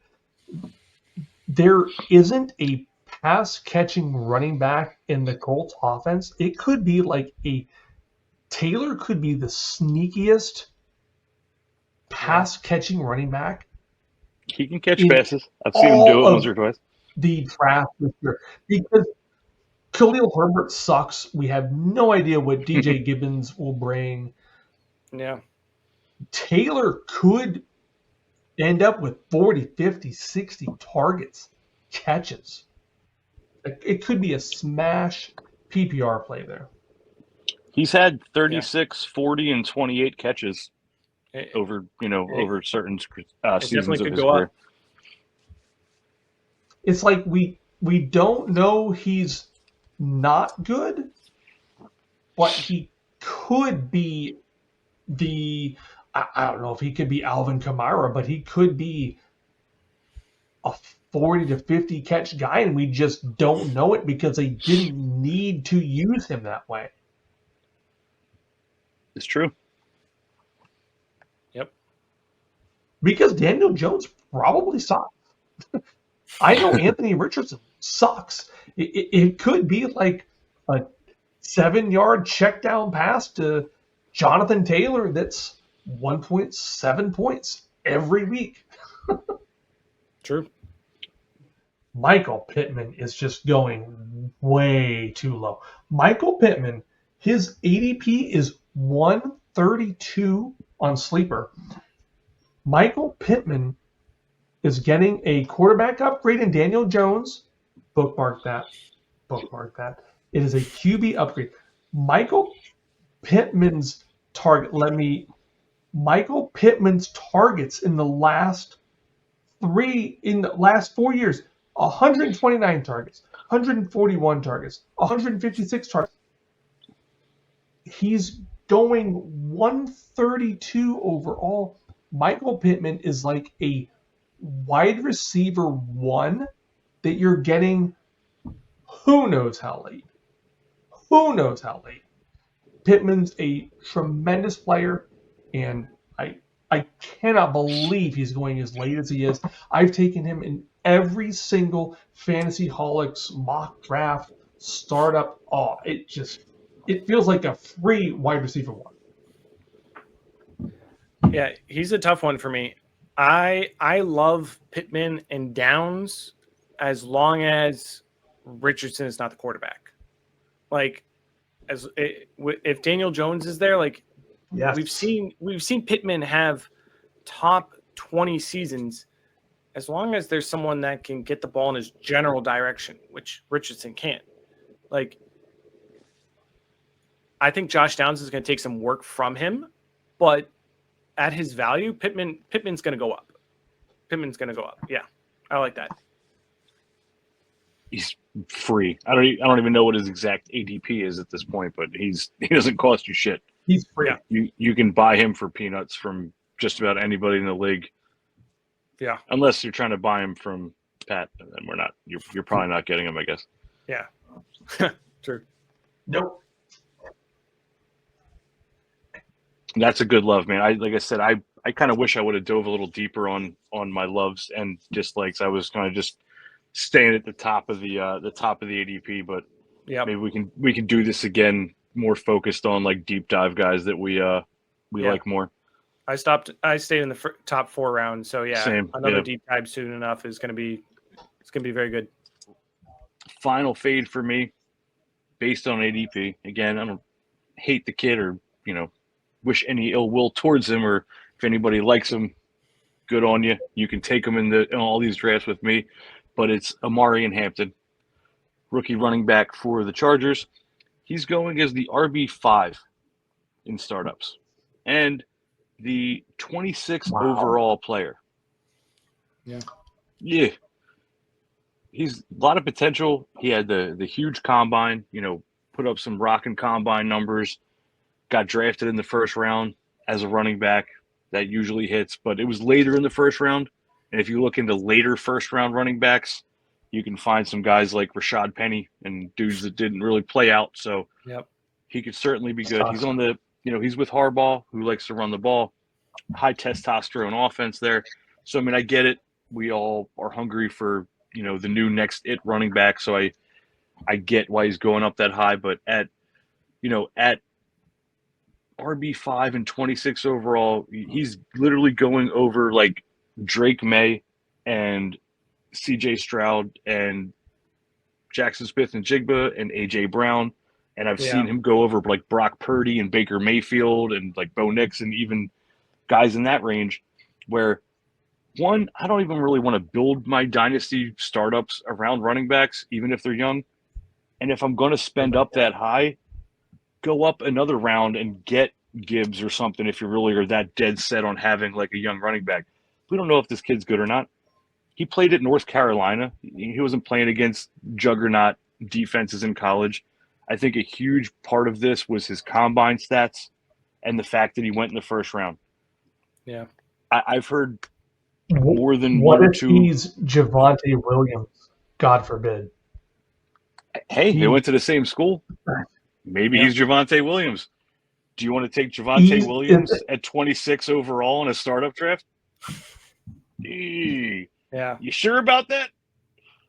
I like Hampton at his rookie pick value, but this high ADP. Easy, lazy comparison.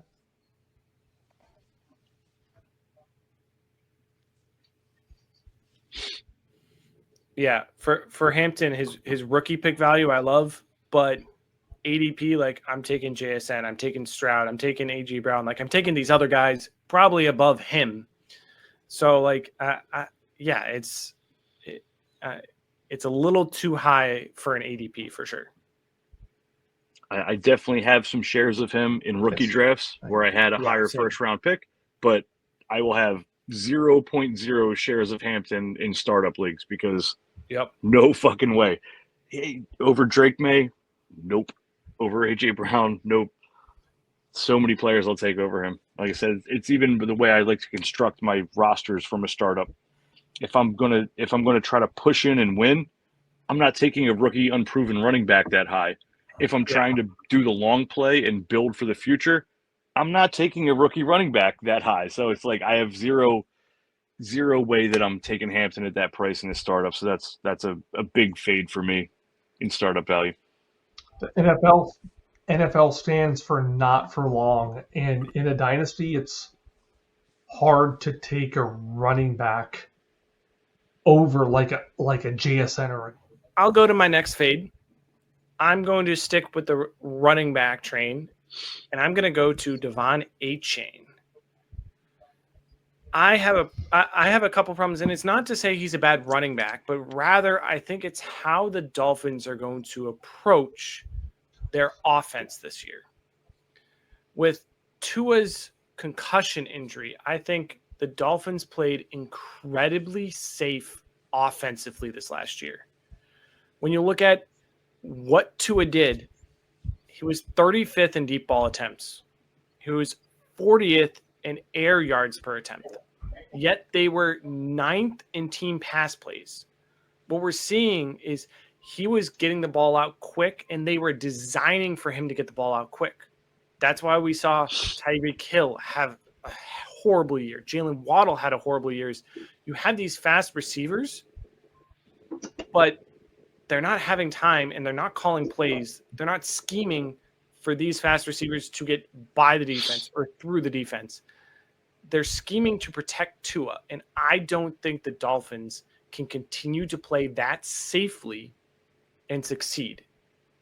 And in that way, I think Achane, who had a lot of checkdowns, who had great rushing, benefited from them playing safe and play calling for Tua.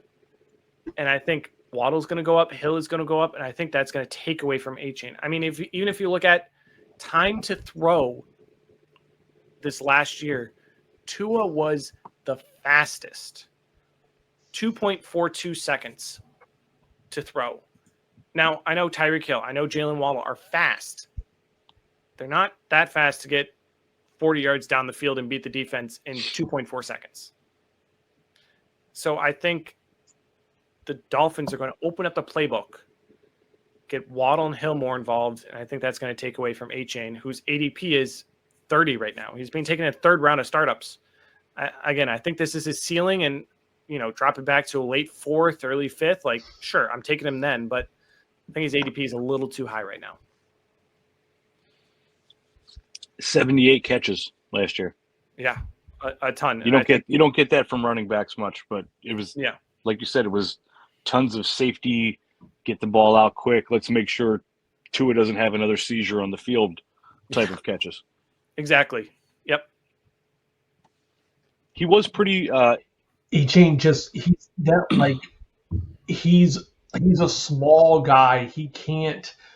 He doesn't have the body type to be able to have this workload, and the Dolphins, Mike McDaniel's like, yeah, we can't give this guy that many touches. We have to. You have Tua, Waddle, Tyreek Hill, Jonnu Smith emerged. They've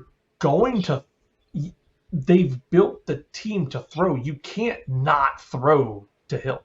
You can't not throw in that offense.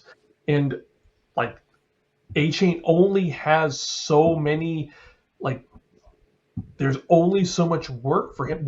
It's not going to be a run the ball 20, 22, 25 times. And I agree, that's too high of a ADP to take a player with that many limited touches. He's explosive. He did that more explosive shit his rookie year. He had one of the most efficient rookie years ever. Like, he averaged. Hold on, let me check. I got his Broncos game. He had 70 to 20 Broncos game. 7.7 yards a carry on 103 carries.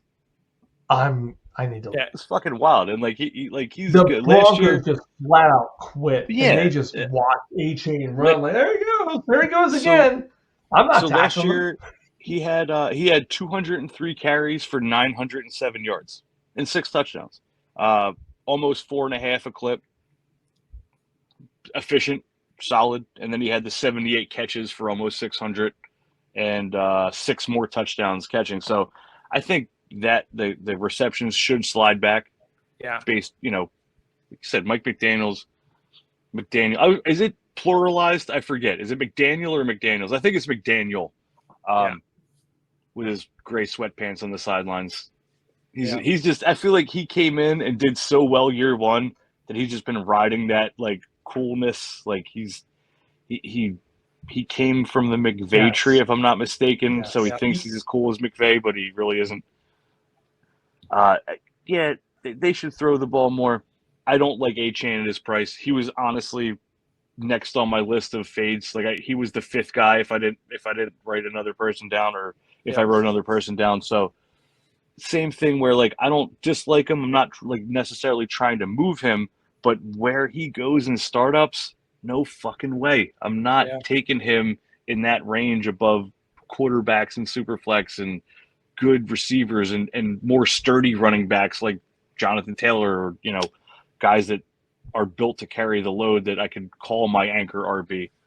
So yeah, man, I'm with you on Achane. Yeah, I mean, do you think the Dolphins can succeed with Jonnu Smith getting more receptions than Tyreek Hill and Achane getting more receptions than Waddle? Like that yeah. Well, if you have Hill and Waddle, why the fuck would you target them when you can target Jonnu Smith and a fucking 174-pound running back? Yeah. They claim they're trading Jonnu, so we will. Yeah, we shall see. I'll believe that when I see it. Bring us home. Our last fade of the night. People are still taking Christian McCaffrey in the first round. Do not take Christian McCaffrey in the first round. He got hurt the second day of training camp last year. Like the second day of camp, he was out for week. Christian McCaffrey did not play until week 10. He did not play until week 10 of 2024. He played week 10, 11, 12, 13. He left week 13 early, and Christian McCaffrey is still a first-round pick. A lot of people say, well, every player's of value at a certain cost. No. I am going to tell you that Christian McCaffrey is not worth a draft pick at any cost. He will not play the whole year. He will screw your team. He's just, I love the talent. He will torpedo your team at any cost. If you got him in the 10th round, the value of the player you could have gotten in the 10th round might be more valuable than Christian McCaffrey. McCaffrey is fading. His body is breaking down. It's the temptation is there, but I can't do it at any cost. So his cost right now, I just pulled up his keep trade cut value, and this is all dynasty based. In redraft, he's going high. In redraft, he's literally like still first or like high second, which I'm definitely not touching. In dynasty, he's sitting at RB 19 or 65th overall. Why? When he's healthy, you got a top 3 running back. Like I think that's the thing is when we're talking about winning, like the fourth on my love list, Christian McCaffrey. Like that was my next. Like when you're talking about dynasty, like I'll put a caveat. I love at ADP 47. I love Christian McCaffrey for the sake of winning. Like if he's healthy, if there's an if. I'm putting the caveat of I'm keeping my future firsts if I'm getting McCaffrey on the case he's injured. Like I don't want to trade a future first for McCaffrey and then get screwed. But like for the chance of having a top 3 running back to compete for the sake of a late fourth round startup pick, I'll take that chance for the sake of winning. And at worst, if he's injured, you get less max PF. Your first is higher. You regain some value. Like that's why I'm keeping my first with him. But I think to get him in the late fourth as your RB1 with a top 3 potential, I think he has value there. But does he have? So here are the rushing yards for Christian McCaffrey last year: 39, 79, 31, 53. Did he I'm get you sorry. like seven? Did he get you like 7 catches for 50 yards on top of that, though? Yeah, he had 7 catches for 68 yards. I just pulled that out of my ass. Yeah, that's great. 5 That's catches 14 for fantasy points, right? 27 yards, 4 catches for 37 yards, 3 catches for 14 yards. McCaffrey is breaking down. Don't do it. I promise you, don't do it. I hate to say it, McCaffrey's such a good player. He's so talented. It's done. The time has run out on McCaffrey. Don't. This isn't even what I'm about to say. Isn't a pro or anti McCaffrey take, but it's a point that I like to make about dynasty and fantasy football. Is missionary position doesn't get your wife off or win you titles. Moves like that, trading for a guy like McCaffrey at a low point or drafting him in the late 4th, early 5th is going to be what sets you apart from the rest of the teams in your league. And when he has that run of 4 or 5 weeks where he's dropping 35 a week, that wins you a fucking title. And All right. also, if it doesn't destroy your whole roster build if you spend a 4th on him or you traded a 2nd to get him. And again, that's not a Christian McCaffrey specific take. It's bold decisions and risk wins you fucking titles. Yes. You could just draft the safe, easy guy every round. The missionary. You get stuck back in that fucking middle, and your wife hasn't had an orgasm in 6 years. It's I'm in there for the orgasms and the championships, baby. That is the best soundbite ever. Orgasms and championships. Hey, I like them both. Let's just cut it right there. What else needs to be said? Just don't do the scissors across the screen because then. No, never cut it out. No Joey Gladstone. None of that. Yeah, Uncle Joey. But that's how I feel about, like I said, not just McCaffrey, but just guys like that. Like guys, huge boom bust. Like, fuck it, in a 4th round, I'm not going to do it in every one of my leagues, but on a couple of contenders, fuck yeah, give me Christian McCaffrey, and let's see if he can give us one more. If we can catch lightning in a bottle one more time. Nope. Again, not necessarily a for or against, but this is the price you're paying for Derrick Henry and Barkley last year. And how did that work out? I mean, McCaffrey could fall apart for sure, but is it worth it? It's again, if it completely fails, it's not going to ruin your team.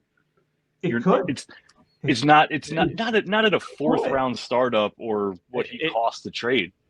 If you move your next the next couple of years and you get McCaffrey and these older guys, like, yeah, it's going to ruin you for a few years. You got to be smart when you get these players, these older, these injury prone players.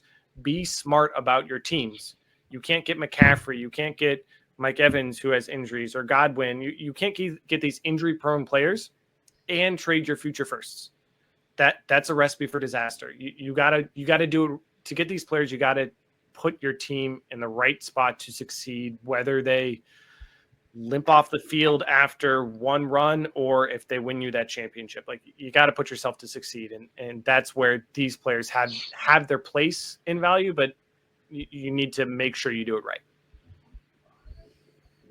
Roster construction, thinking about the future, your team should be a finely organized, harvested, planned out thing.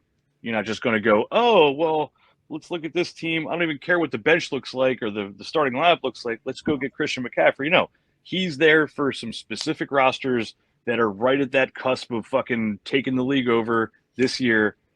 Give me him for whatever that cost is, and I'll see if it works out or not. You're not buying him on anything but pure contenders, or you're not taking him in startups unless you've went all in that startup. Yep. And in those leagues, I'll take the fucking shot. Not in every one, but on maybe 30, 40% just to fucking see what happens. I am the least risk-adverse guy. I will never take the old guy, the old player. No, that's not going to pan out.